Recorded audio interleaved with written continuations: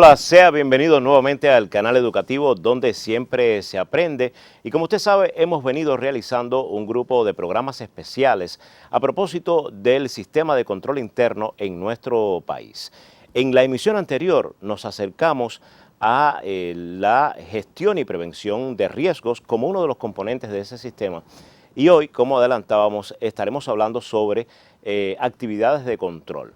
Nos acercaremos a la documentación y registro, también en qué medida la ciberseguridad garantiza el éxito de ese proceso y, por supuesto, en pleno proceso de actualización económica y de ordenamiento, normativas que tanto contables como tributarias han venido a figurar en el entorno financiero de nuestro país con una fuerza pues muy importante. ¿En qué medida toda esa actualización garantiza el éxito? Pues sobre ello también estaremos hablando durante 27 minutos de televisión, donde siempre se aprende.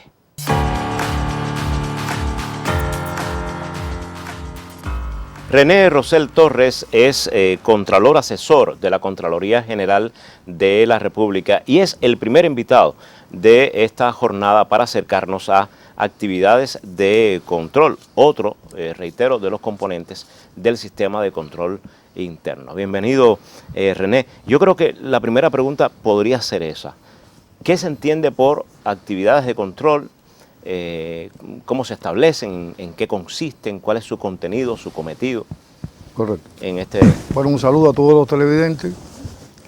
La actividad de control, su implementación por las entidades resulta de vital importancia porque garantiza dos aspectos muy importantes. Primero, el control y la protección de todos los recursos financieros y materiales del Estado.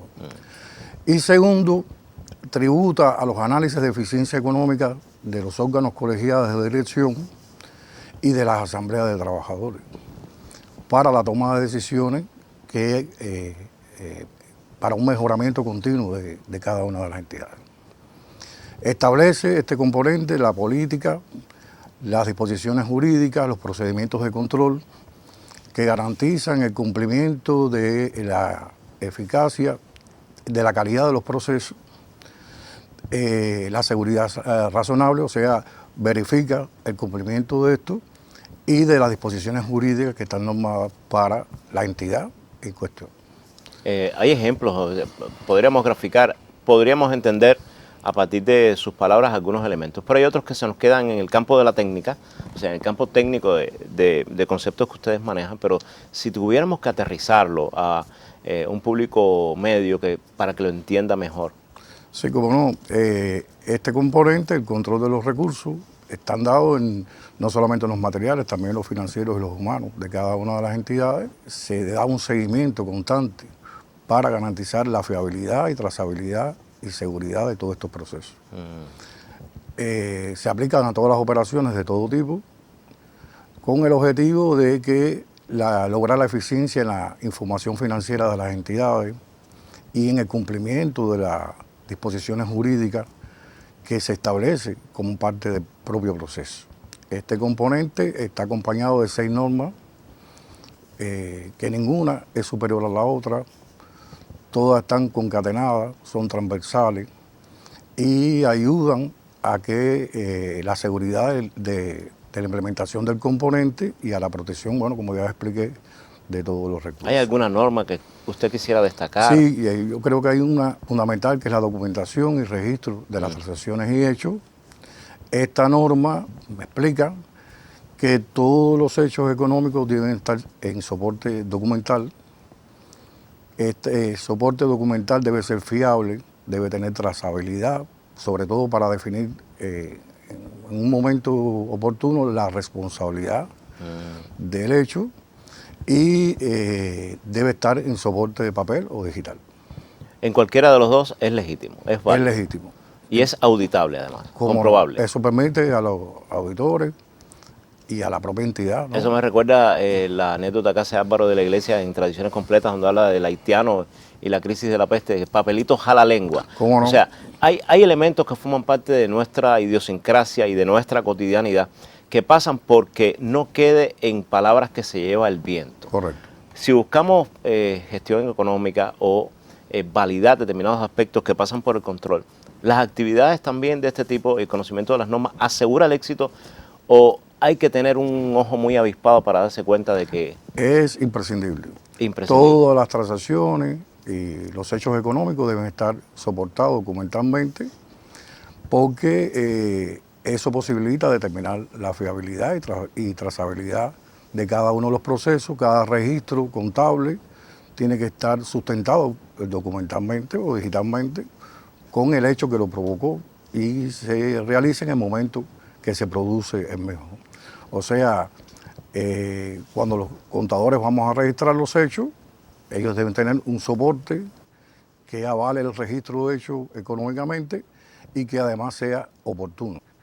A partir de lo que yo he explicado de la norma de documentación y registro adecuado de las transacciones y hechos, la guía de autocontrol emitida por la Contraloría General de la República lo establece y la correcta implementación de esta norma en la guía que van a desarrollar todas las entidades del país le propicia, le posibilita la detección de deficiencias oportunas que pueden ser corregibles y que además ejerce la prevención. O sea, de forma preventiva las entidades van corrigiendo porque esta norma y todas las disposiciones jurídicas no son estáticas, van cambiando a nivel del tiempo y la actualización de ella constante se puede ir midiendo en la guía de autocontrol.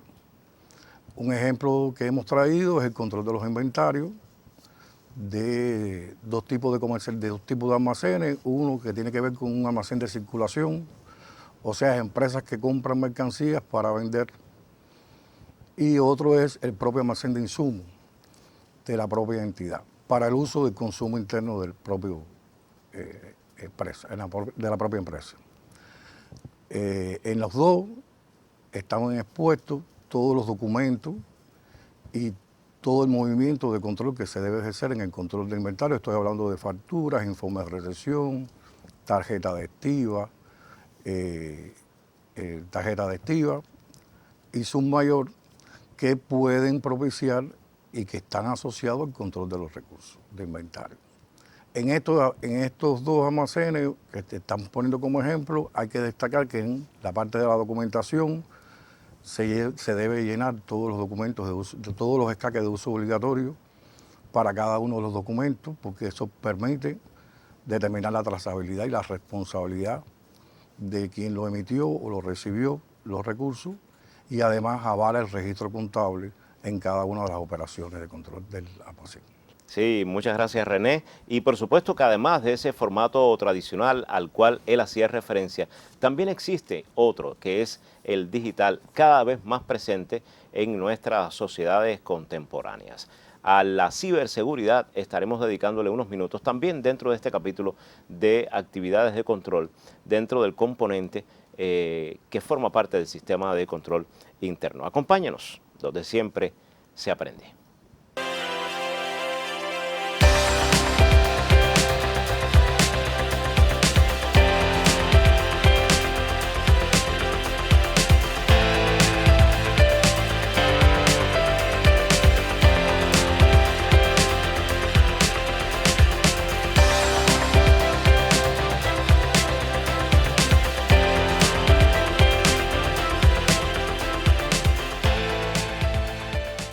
Ana Silvia Valladares Arenas es Contralora Jefa de Tecnologías de Información y Comunicaciones de la Contraloría General de la República. Un poco lo avanzábamos antes de la pequeña pausa que hicimos. Ana Silvia, bienvenida, muchas gracias.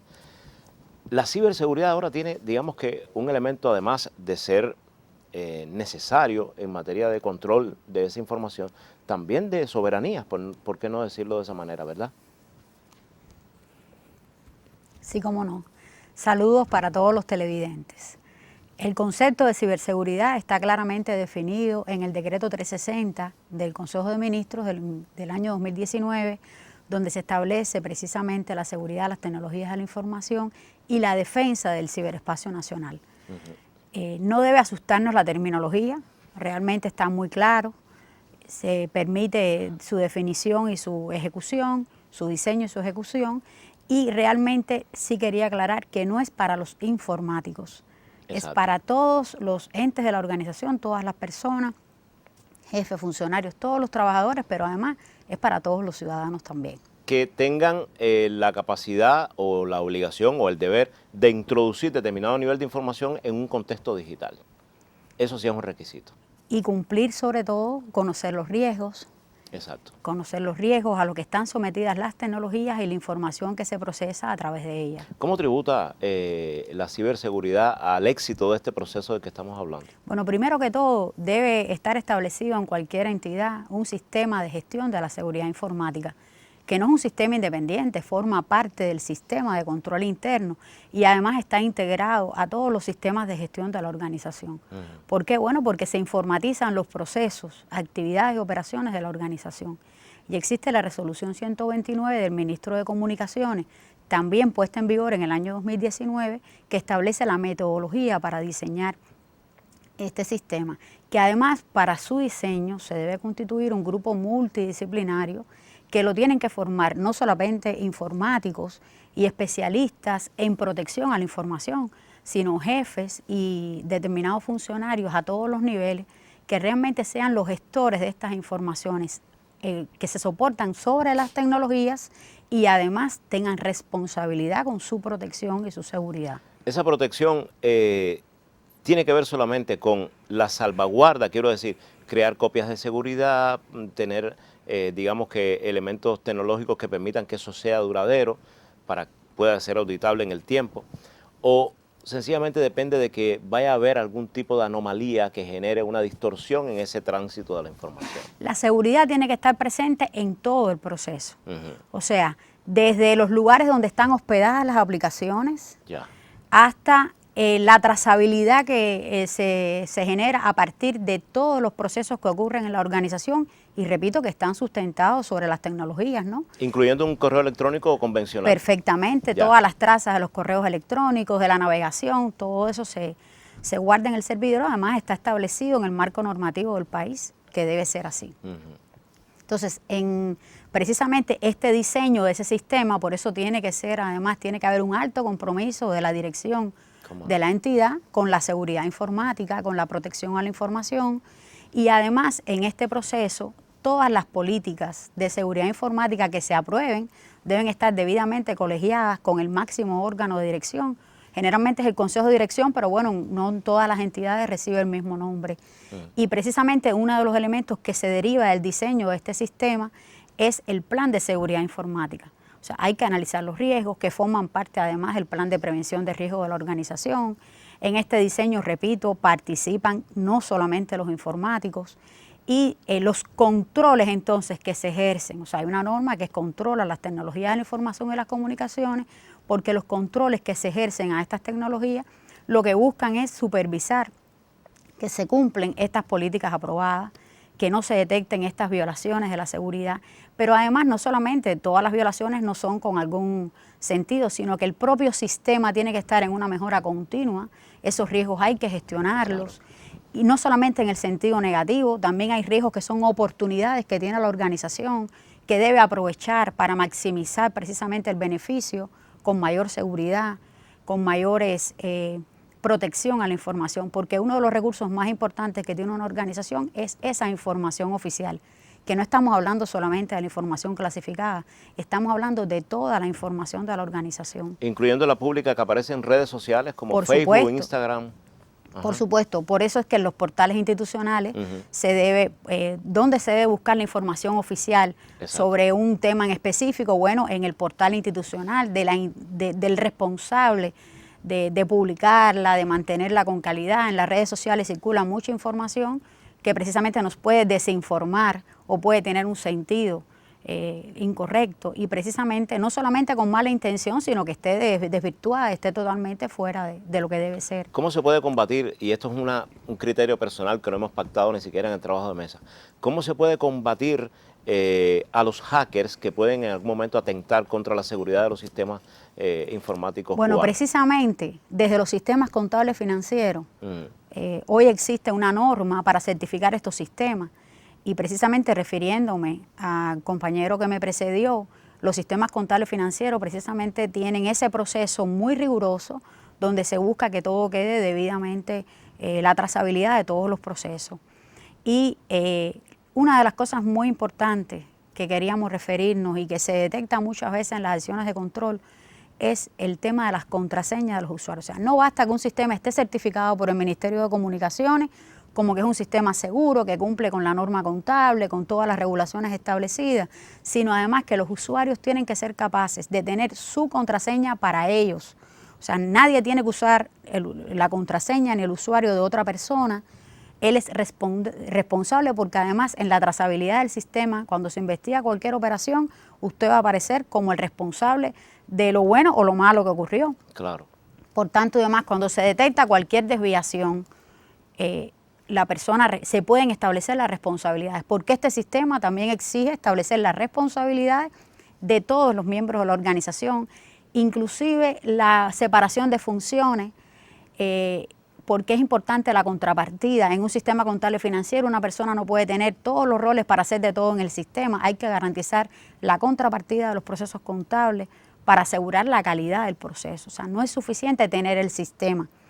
Y estos mismos, la contraseña debe ser una contraseña, decimos, fuerte, en el sentido de que tiene que tener una longitud al menos de 8 caracteres, si es de más, mucho mejor. Debe contener caracteres, bueno, letras mayúsculas, minúsculas, algunos caracteres alfanuméricos, para poder darle una mayor fortaleza. Inclusive se puede exigir el cambio cada cierto periodo de tiempo. Exacto. Y una cosa muy importante es que cuando el trabajador causa baja de la entidad, debe también dársele baja del sistema, desactivar el usuario del sistema. O sea, es importante la responsabilidad que adquieren todos los usuarios de las tecnologías de la información ante cualquier servicio o proceso en el que participan. Pues que bien, esto es un acercamiento muy somero en torno a cómo repercute este aspecto de la documentación y registro, en este caso digital, dentro de este contexto de actividades de control en el panorama de actividades de control, del componente de actividades de control del sistema de control interno de nuestro país. Seguiremos conversando en algún otro momento porque me quedan unos minutos para acercarnos a otro elemento que tiene mucha actualidad, la tarea de ordenamiento y cómo desde lo contable y desde lo tributario también se está ejerciendo una constante y profunda actualización de nuestro sistema. Así es que acompáñanos en estos 27 minutos que dedicamos a el tema. La página, para recordarla, usted la está viendo en pantalla, www.contraloría.gov.cu. Ahí usted puede acceder a este nivel de información y mucho más para seguir aprendiendo. Aquí, donde siempre se aprende.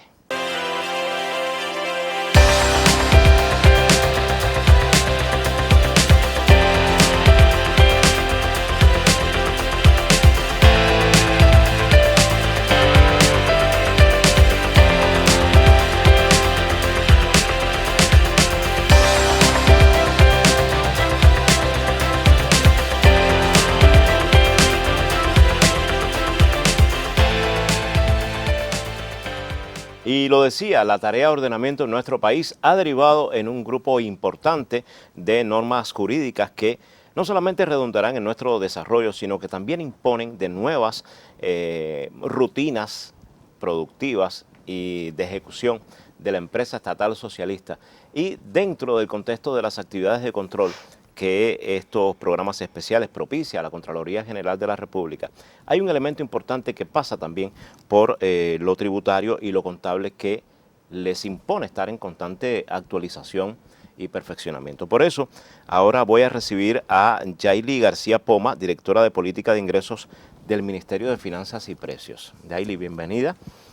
Y por ahí podríamos comenzar esta disertación.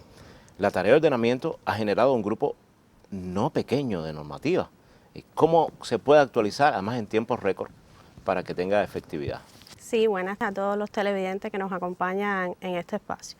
Ciertamente, hablando de control interno, no podemos desconocer la importancia que tiene conocer e implementar un grupo de normativas jurídicas que a raíz del ordenamiento monetario se han emitido en el país. Hablando en materia contable, a raíz de la implementación de este proceso, que ha sido un proceso además complejo para el país, con un grupo de normativas jurídicas bastante amplias. Inédito, además. Sí, único, no lo habíamos vivido, es decir, ha sido un proceso complejo. Se han emitido un grupo de normativas que decía ya en materia contable, llevó a la actualización de las normas para la información financiera en Cuba. De ello estamos hablando de la actualización del procedimiento para las operaciones con moneda extranjera y para el ordenamiento monetario y cambiario. Hay que decir también que por las particularidades que ha tenido el sector de la inversión extranjera, en el transcurso del 2021 emitimos una norma, que es la número 51, que es aplicable, es decir, adecua en materia contable todo lo que tiene que ver con los sujetos que están creados al amparo de la ley de la inversión extranjera. Podemos explicar también que se han emitido un grupo de procedimientos contables donde se ponen ejemplos ilustrativos, ejemplos que facilitan la asimilación de todos estos procesos, de estas operaciones contables y que son muy útiles para los actores económicos que tienen que implementarlos. Es decir, con la llegada del ordenamiento monetario se emiten un grupo de normas contables que son de carácter general, son transversales para todos los actores de la economía, incluso para el sistema de contabilidad gubernamental, donde todos los actores tienen que tener presentes estas actualizaciones para llevarlos a su sistema de control interno precisamente. Hay un falso mito de que las leyes tienen la efectividad del que la interpreta, o existe un margen de interpretación en esas leyes. Eso sucede con mucha frecuencia, que si no se es preciso en lo que se legisla, puede dar algún margen de interpretación por un sujeto y otro. Pero lo cierto es que lo primero es estudiarse la norma. Claro, conocerla. La norma, conocerla a fondo y después entonces implementarla a lo interno con las características que tiene cada institución. Hablando de control interno también tenemos que decir que aunque se ha hecho esta actualización en materia contable, desde el punto de vista de control interno se mantiene vigente la norma que hoy tenemos para los procesos de los subsistemas contables, que es la resolución 268 del año 2018 del Ministerio de Finanzas y Ingresos. No están en contradicción. No, para nada. Ya. Por un lado estamos regulando la actualización de la operatoria contable, por decirlo de alguna manera, y con esta otra norma, que no la hemos derogado, es decir, se mantiene vigente, tratamos el sistema de control interno, es decir, cómo controlamos todo ese subsistema de la parte contable. Yeli, ¿y desde el punto de vista tributario? Bueno, desde el punto de vista tributario también se han emitido un grupo de normativas jurídicas que los actores económicos tienen que tener presente. Es decir, no ha sido una transformación integral del sistema tributario, pero sí hay determinadas adecuaciones. Se han emitido 3 normas de superior jerarquía, estamos hablando de 2 decretos leyes y un decreto que actualiza nuestra ley tributaria y el decreto ley que establece las importaciones no comerciales. Y estamos hablando además de 6 resoluciones del Ministerio de Finanzas y Precios que abordan los temas de, por ejemplo, el ingreso personal y la contribución especial a la seguridad social de los trabajadores asalariados, tema que ha suscitado mucho debate, que aunque ya lo veníamos aplicando, tuvo una actualización en las reglas de su cálculo y de cómo se aporta este tributo. Estamos hablando de actualizaciones en el impuesto sobre las ventas, estamos hablando de actualizaciones en el transporte terrestre, en la tasa de peaje, es decir, hay determinadas actualizaciones que desde esas normas y las normas, vamos a decir, resoluciones de nuestro ministerio que complementan esas normas de mayor jerarquía, han hecho todo el compendio de actualización del sistema tributario. Normas que son públicas, están hoy en la Gaceta Oficial de la República, pero que están también publicadas en nuestro sitio web institucional. Es importante esto, porque a veces decimos, no tenemos acceso, vamos a googlear algo y hay páginas que... Se me ha dado el caso de que he estado contrastando fuentes y he visto que hay páginas que han hecho una distorsión de la ley en aras de aclarar o de, vamos a decir, transparentar un tanto o de llevarlo a un lenguaje más coloquial. Sin embargo, consultar la ley directamente en la entidad encargada, pues es una garantía también de su éxito a la hora de interpretarla. En el caso nuestro tenemos publicada toda la normativa de Ordenamiento Monetario, que además ha tenido determinadas actualizaciones en el transcurso del año 2021, como todos conocemos. Ahí están públicas todas esas normativas jurídicas. Y tenemos incluso notas aclaratorias de determinados temas que han suscitado polémica o preocupación en la población. Se han publicado también notas aclaratorias sobre estas nuevas disposiciones. Notas aclaratorias, la voluntad de que todos nosotros comprendamos cuál es el entorno que rodea la economía, la sociedad de nuestro país en sentido general y cómo ese sistema de control interno repercute o coadyuva a un mayor bienestar y desarrollo. Volveremos con otra comparecencia dedicada a las actividades de control dentro de este gran sistema de control interno y por supuesto usted siempre estará en la señal del canal educativo donde siempre se aprende. Gracias a todos los que han comparecido en la jornada de hoy y usted recuerde que seguimos aquí en el canal educativo.